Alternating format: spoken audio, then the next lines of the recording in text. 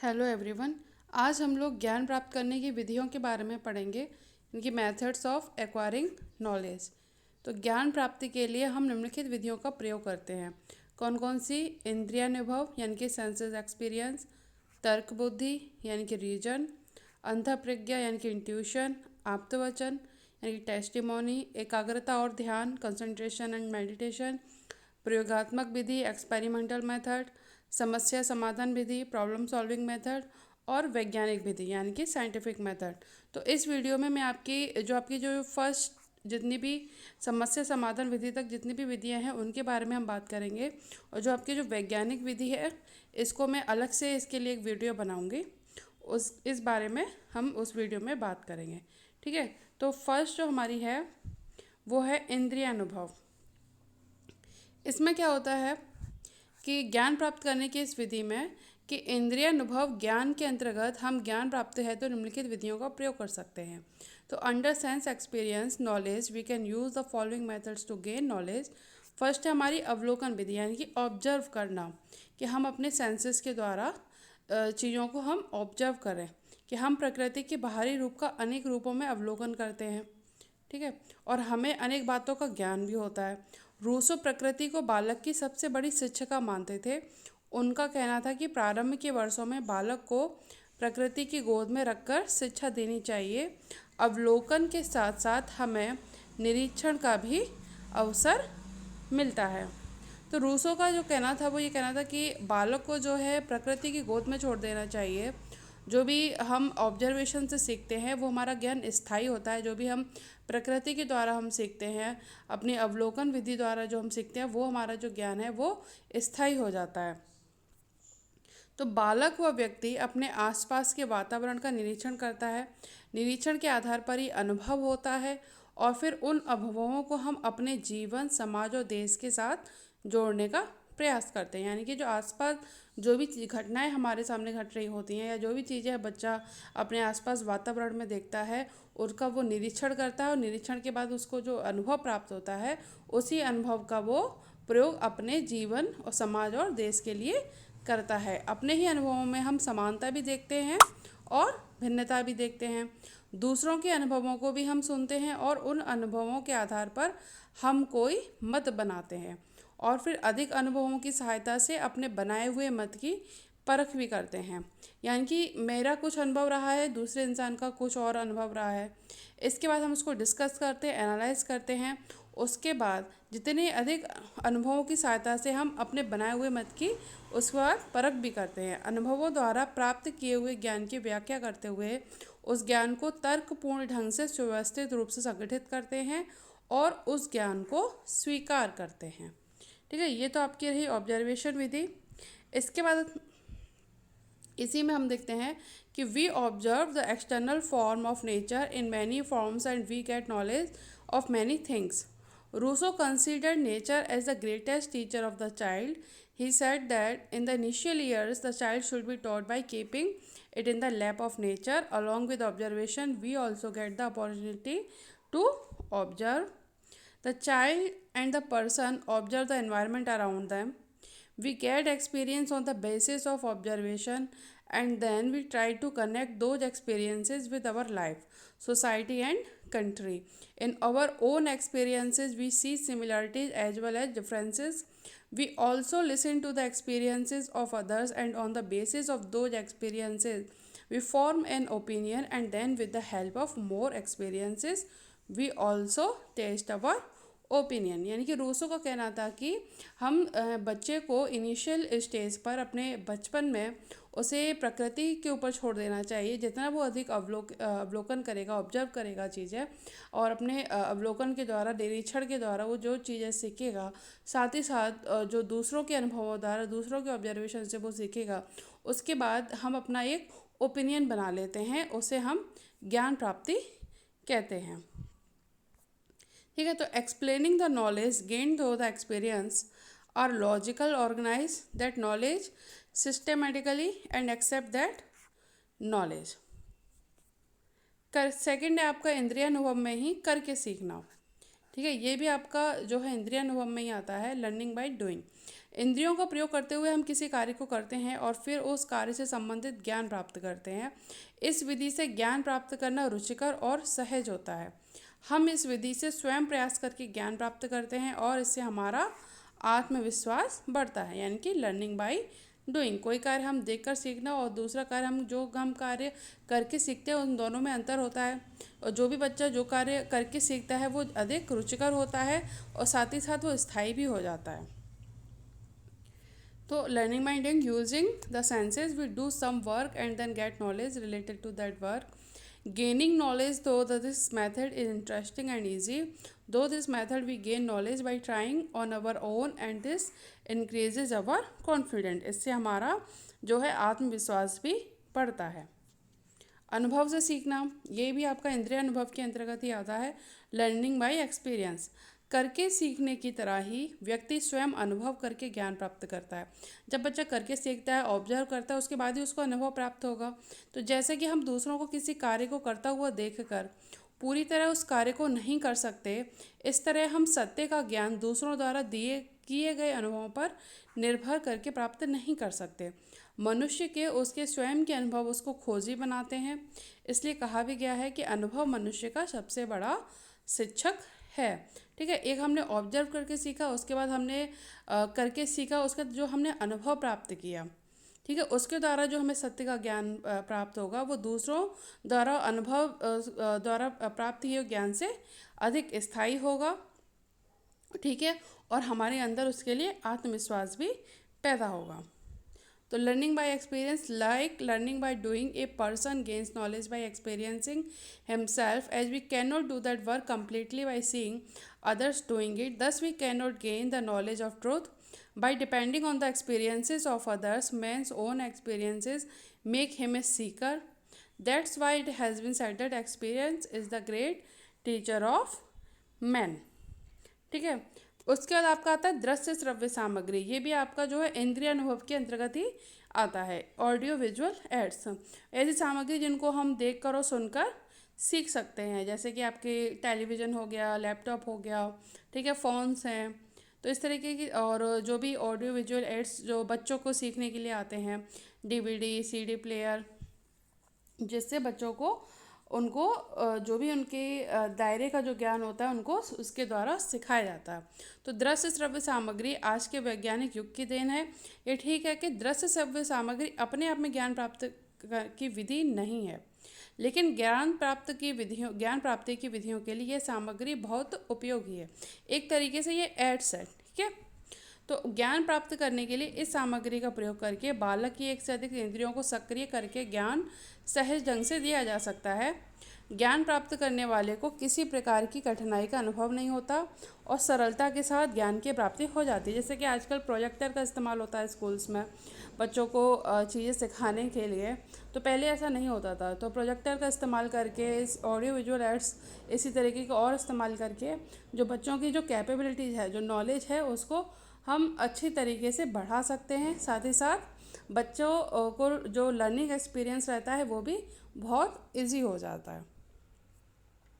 ठीक है, तो audio visual aids, audio visual material is the gift of today's scientific era. It is true that audiovisual material is not in itself a method of acquiring knowledge, but this material is very useful for the methods of gaining knowledge. Using this material to impart knowledge can be imparted in a natural way by activating more than one senses of the child. The one who gets knowledge does not experience any kind of difficulty. Knowledge is attained with ease. ठीक है, तो ये जितने भी आपके जो चार आपने पढ़े है ना, ये आपके सारे जो हैं इंद्रिय अनुभव के अंतर्गत आते हैं। जो ज्ञान प्राप्त करने की आपकी जो विधि है, इंद्रिय अनुभव, जो सेंसेस, एक्सपीरियंसेस, ये चारों आपके इसी के अंतर्गत आते हैं। इसमें आपका फर्स्ट है आपका अवलोकन विधि, यानी कि ऑब्जर्वेशन मेथड। इसके बाद आपका है करके सीखना, यानी कि लर्निंग बाय डूइंग। और इसके बाद थर्ड है आपका अनुभव से सीखना, यानी कि लर्निंग बाय एक्सपीरियंस। फोर्थ है इसमें आपका दृश्य श्रव्य सामग्री, यानी कि ऑडियो विजुअल एड्स। ठीक है, ये चारों जो हैं आपके जो है आपके इंद्रिय अनुभव के अंतर्गत आते हैं, जो आपकी ज्ञान प्राप्त करने की एक विधि है। इसके बाद आपकी जो ज्ञान प्राप्त करने की विधि है वो तर्क बुद्धि, यानी कि तर्क बुद्धि का इस्तेमाल करके जो हम ज्ञान प्राप्त करते हैं। तो ज्ञान प्राप्त करने के लिए मनुष्य अपनी बुद्धि का प्रयोग करता है। वह तर्क वितर्क करते हुए विवेक का सहारा लेता है। तर्क बुद्धि के अंतर्गत मुख्य रूप से दो विधियों का प्रयोग होता है। ठीक है, इनके बारे में हमने पहले भी पढ़ा है, आगमन विधि और निगमन विधि। The man uses his intellect to acquire knowledge. He takes the support of discretion while arguing.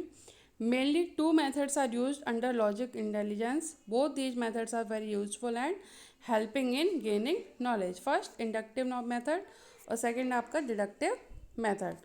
तो जो फर्स्ट है आपकी आगमन विधि, इसमें क्या होता है, जो इसमें एमसीक्यू से रिलेटेड जो इसमें जो क्वेश्चंस जो बन जाते हैं वो यही है कि इस विधि में जो सूत्र का इस्तेमाल होता है कि जो आगमन विधि है यानी कि इंडक्टिव मेथड है, इसमें विशेष से सामान्य यानी कि फ्रॉम पर्टिकुलर टू जनरल की ओर तथा स्थूल से सूक्ष्म की ओर, कंक्रीट टू एब्स्ट्रैक्ट की ओर सूत्र का पालन किया जाता है। ठीक है, एमसीक्यू क्वेश्चन इसमें पूछे जाते हैं कि तर्क बुद्धि आपकी जो ज्ञान प्राप्त करने की विधि है उसमें आपकी तर्क विधि कौन कौन सी हैं, तो वो तो है आगमन विधि और निगमन विधि। उसमें अभी आगमन विधि जो है उसमें किस प्रकार किन सूत्रों का इस्तेमाल होता है, निगमन विधि है उसमें किस प्रकार के सूत्रों का इस्तेमाल होता है। इस तरीके से इसमें एमसीक्यू क्वेश्चंस बन जाते हैं। तो इसमें आगमन विधि में क्या होता है कि इसमें विशेष से सामान्य की ओर तथा स्थूल से सूक्ष्म की ओर सूत्र का पालन किया जाता है।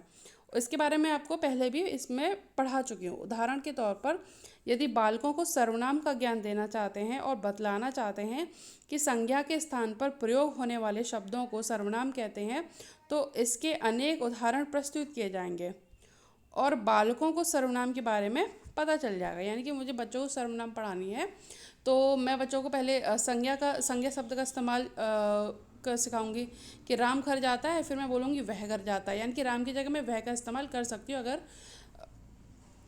अगर हम राम को जानते हैं। ठीक है, इसके बाद अगर मुझे और भी अगर सर्वनाम शब्दों को सिखाना हो इसी तरीके से पहले मैं संज्ञा शब्दों का इस्तेमाल करूँगी, फिर सर्वनाम शब्दों का इस्तेमाल करूँगी। इस प्रकार से मैं बच्चों को सर्वनाम सिखाऊंगी। तो आगमन विधि भूगोल, गणित, विज्ञान, भाषा, व्याकरण का ज्ञान प्राप्त करने के लिए बहुत सार्थक और उपयोगी है। तो इस तरह इसमें भी एमसीक्यू क्वेश्चंस बनते हैं कि आगमन विधि का उपयोग किस किस सब्जेक्ट को सिखाने में होता है। ठीक है, तो ये क्या है, inductive method. In this method the formula is followed from particular to general and from gross to subtle. For example, if you want to give knowledge of pronouns to children and wants to tell them that words used in place of nouns are called pronouns, then many examples will be presented and children will come to know about pronouns. Inductive method is very meaningful and useful for acquiring knowledge of geography, mathematics, science and language, grammar. तो हमें बच्चों को अगर geography सिखानी है, mathematics सिखाना है, science या किसी भी लैंग्वेज की ग्रामर सिखानी है, इसके लिए जो आपका इंडक्टिव मेथड है, आगमन विधि है, ये उपयोग में आती है।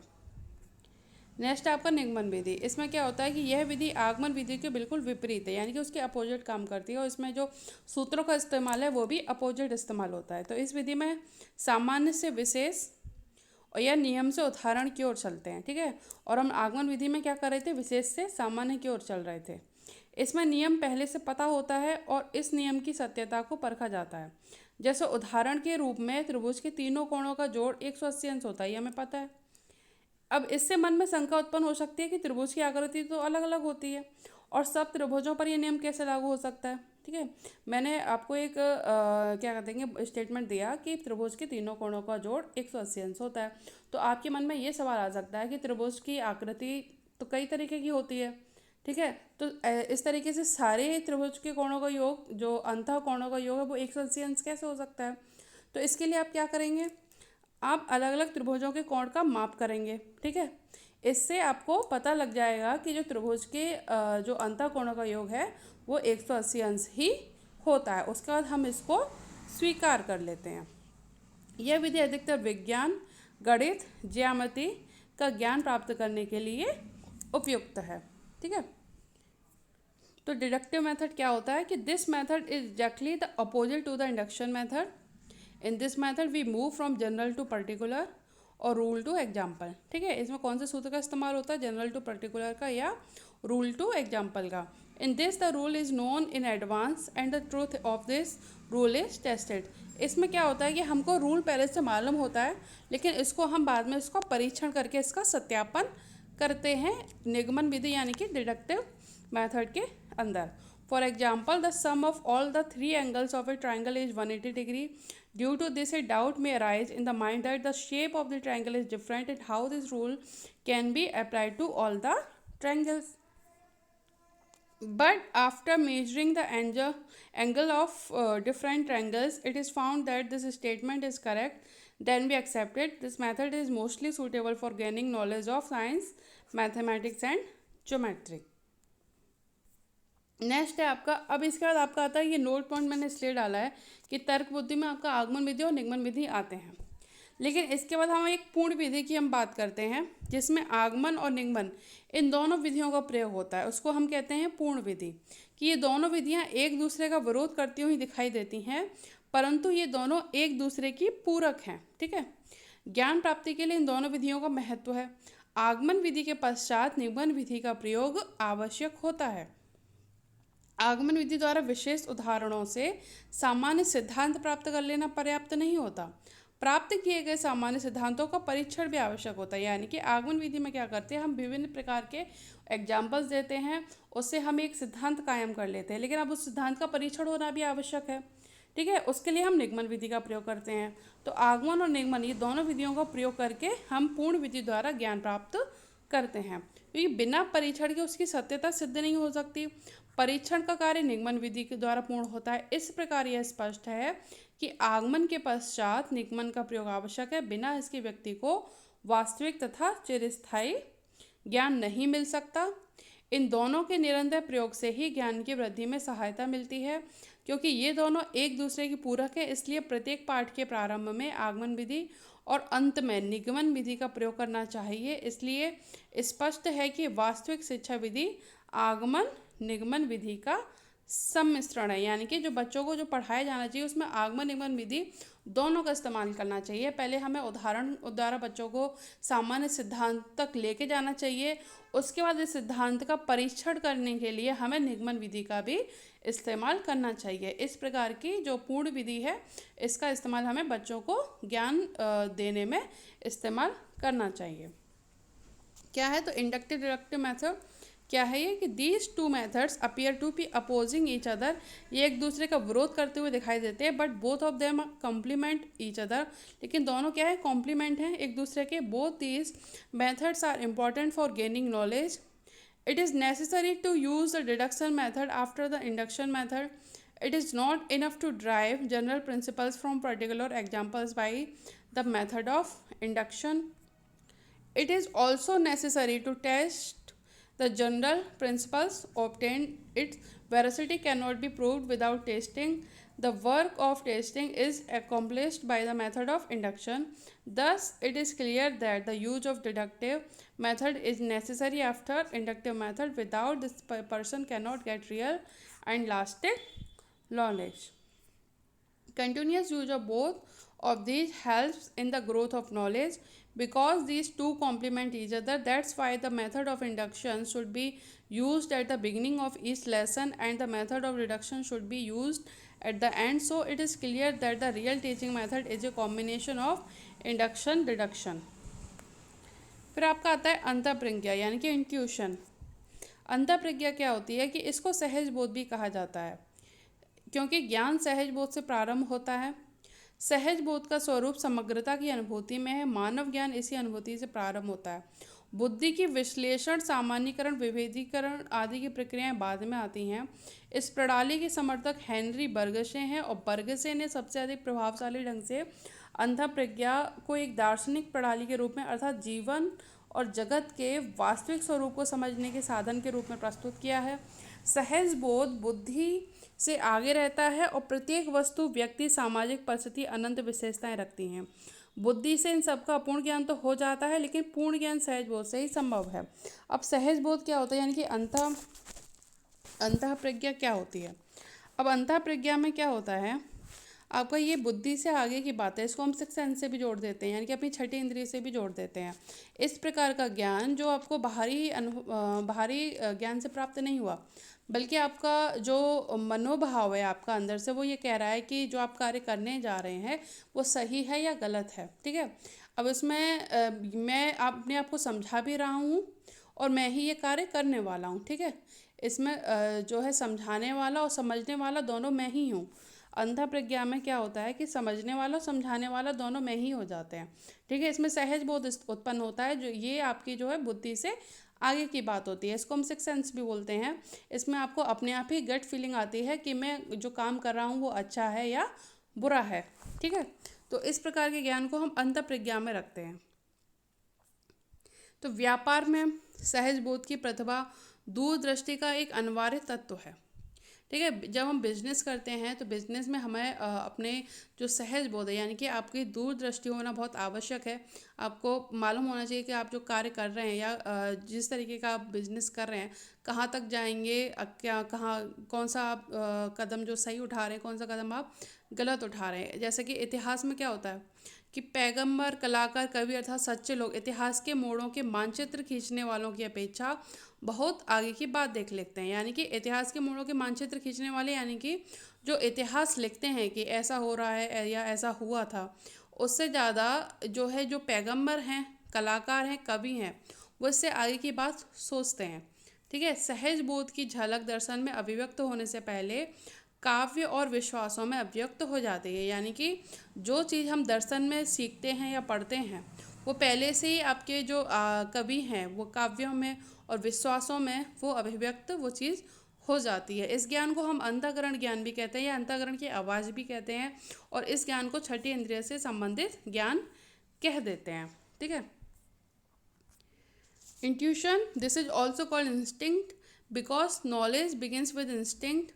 The form of intuition is in the realization of totality, and human knowledge starts from this realization.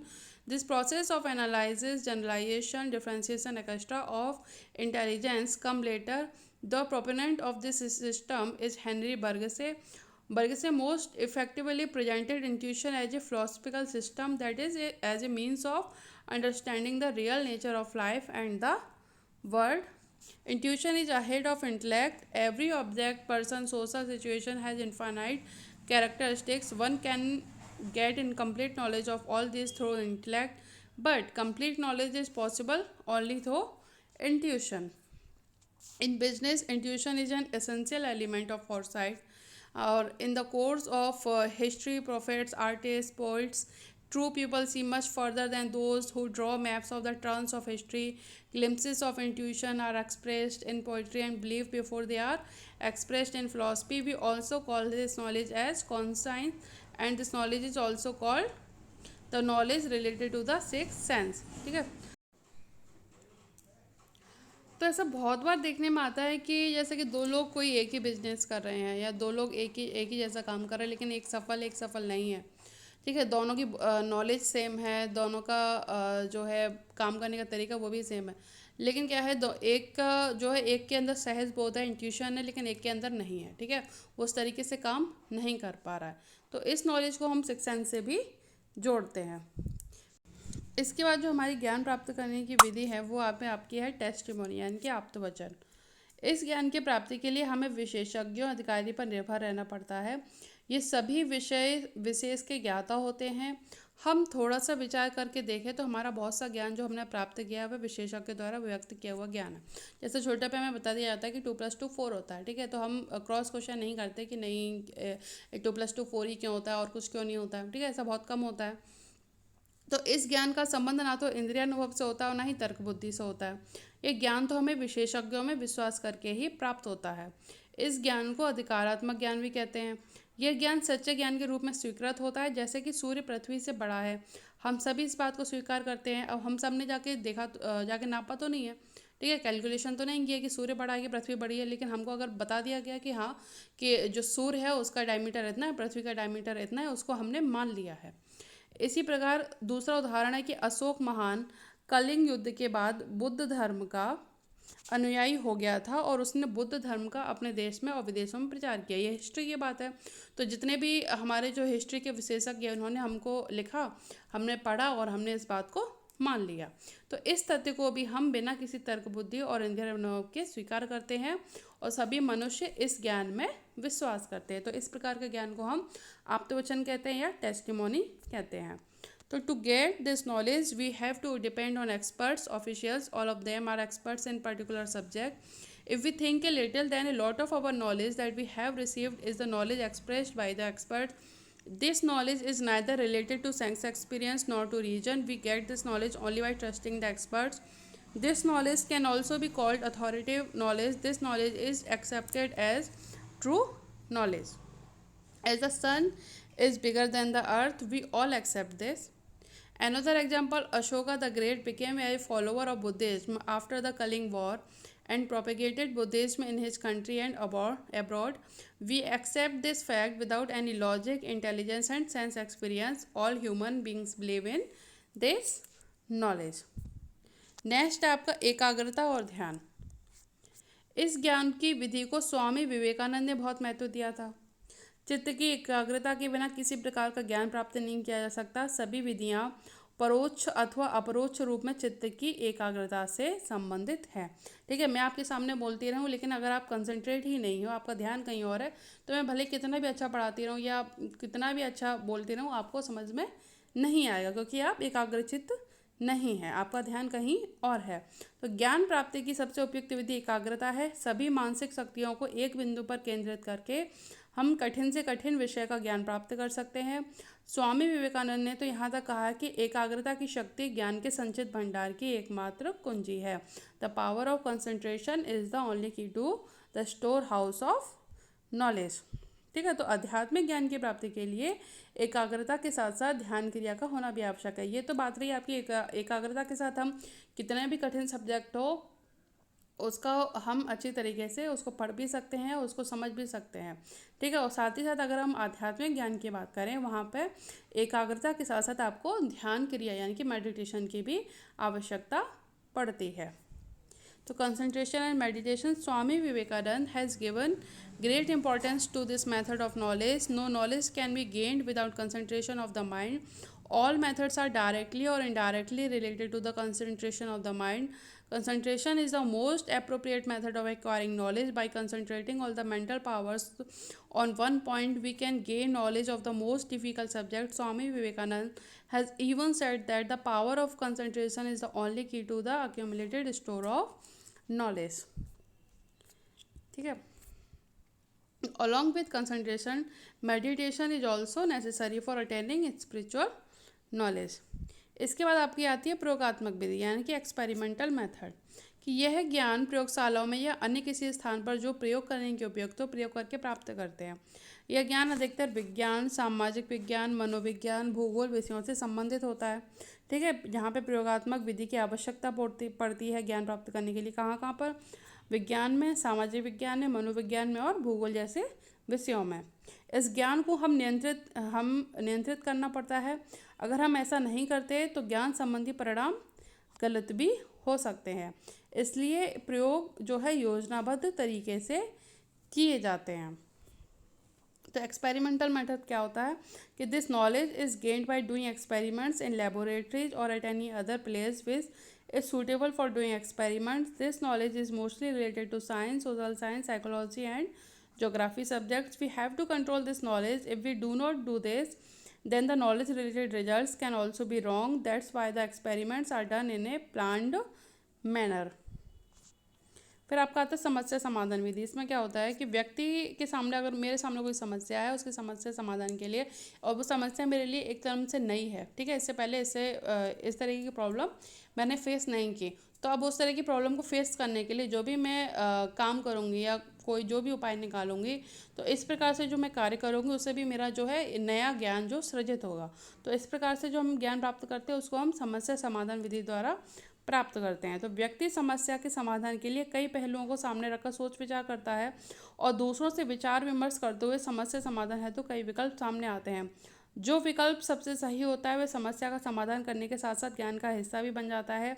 यह विधि मानसिक और बौद्धिक विकास के लिए अत्यंत उपयोगी है और इससे मनुष्य के ज्ञान अर्जन में वृद्धि भी होती है, क्योंकि समस्याओं का पहले से बना बनाया कोई समाधान नहीं होता। समस्या आने पर ही समस्या के समाधान पर चिंतन प्रक्रिया प्रारंभ होती है। यही चिंतन प्रक्रिया मनुष्य को ज्ञान प्रदान करती है और यह विधि प्रयोजनवाद यानी कि प्रैग्मेटिज्म पर आधारित है। उदाहरण के तौर पर जैसे हमारे सामने समस्या है कि हम भारत को कैसे शक्तिशाली राष्ट्र बनाएं, तो स्वाभाविक बात है कि इन समस्याओं को लेकर हम चिंतन और मनन करेंगे और अंत में समस्या समाधान है तो किसी निष्कर्ष पर पहुंचने का प्रयास करेंगे जो समाधान सुझाए जाएंगे कि विज्ञान का रूप धारण करेंगे। तो प्रॉब्लम सॉल्विंग मेथड क्या होता है? A person thinks and things keeping many aspects in front to solve the problem and while discussing while others many options come to the fore to solve the problem. The option which is most correct becomes a part of knowledge along with solving the problem. This method is very useful for mental and intellectual development, and this also increase man's knowledge because there is no pre-made solution to the problem. The thinking process on the solution of the problem starts only when the problem arises. This thinking process gives knowledge to man. This method is based on pragmatism. For example, the problem before us is how do we make India a powerful nation? It is natural that we will think and meditate on these problems, and in the end we will try to reach a conclusion for the solution of the problem. The suggested solutions will take the form of knowledge. तो next आपका यह question आपका आया हुआ था last year कि ज्ञान प्राप्ति के लिए कि श्रवण मनन और निध्यासन, इसका वर्णन जो है आपका ब्रह्मधारण्य को उपनिषद है, इस उपनिषद में प्राप्त होता है। और जो ये ज्ञान प्राप्ति के लिए पहले श्रवण यानी कि हम सुनते हैं, जो हमने सुना फिर उसका हम मनन करते हैं और मनन करने के बाद निदिध्यासन यानी कि पहले हमने सुना उसका मनन किया, चिंतन किया और चिंतन करने के बाद फिर जो चिंतन जो है वो मतलब पूरी तरीके से हमारे अंदर ऑब्जर्व हो जाए, यानी कि उसको हम याद नहीं कर रहे हैं बल्कि वो हमारे साथ ही है।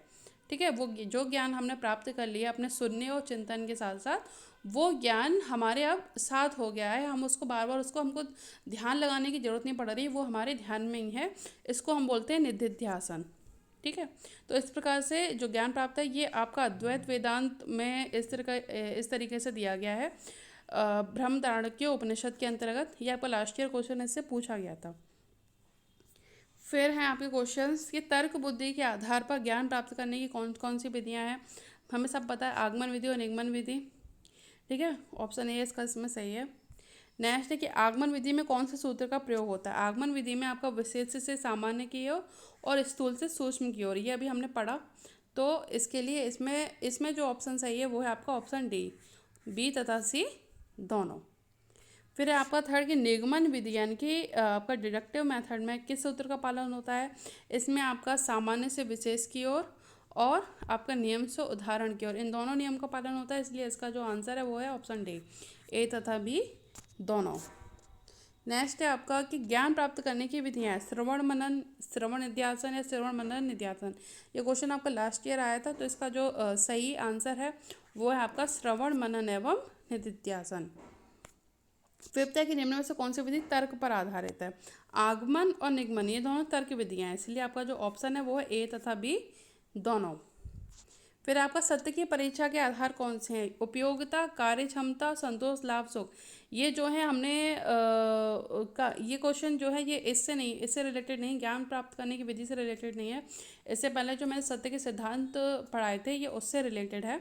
तो जो आपका थर्ड जो सिद्धांत था आपका जो प्रैग्मेटिक थ्योरी थी आपकी ट्रुथ की यानी कि व्यवहारिक बात जो सिद्धांत था उसमें ही आपके ये जो है तीनों आते हैं, उपयोगिता, कार्यक्षमता, संतोष, लाभ, सुख। तो सत्य की परीक्षा के आधार ये सभी हैं, ऑप्शन डी इसमें सही है।